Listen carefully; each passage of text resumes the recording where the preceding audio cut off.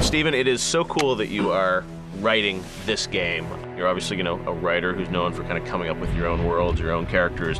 When you came into this, there was some stuff that was already baked, for lack of a better term, I guess? When you work on Call of Duty, there's an enormous amount of history and passion, for the various characters that have been created. The thing that's amazing to me in the game world is how protean or how malleable the story is. As a filmmaker, you go out and you fight a movie up the studio chain, right? And you're like, okay, we're gonna be underwater, we're gonna fight in the jungle, we're gonna fight in airplanes.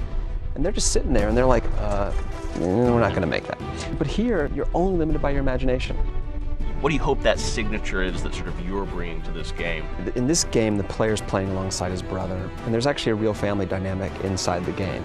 Imagine you're like in the minor leagues and you get called up to the major leagues. They're like the all-stars taken from the all-stars. And then suddenly it's that arc of like, this is our moment. Following that character on that arc is where I do most of my work. You've seen that the dog has taken on a life of its own here, Call of Duty on Twitter. Tell us about this idea of the dog. I'm all about dogs, man. I love dogs. Dogs have this capacity for loyalty, and to have to take that into battle is like an extra responsibility. Definitely you want to have a dog with you every opportunity possible.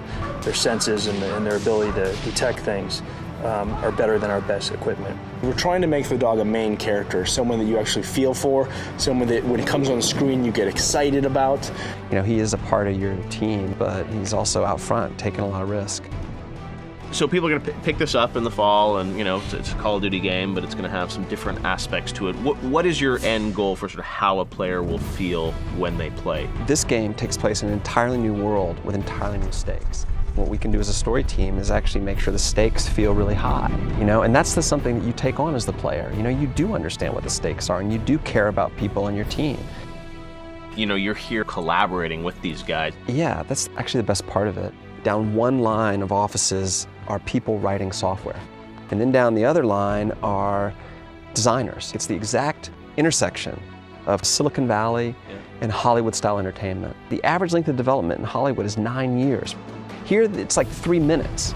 Like, we'll come up with a sequence. These guys will storyboard it, have animatics to it, and we'll be sitting in this very same screening room, and they'll be showing me something that I thought of at like 10 that morning. It's 2 o'clock.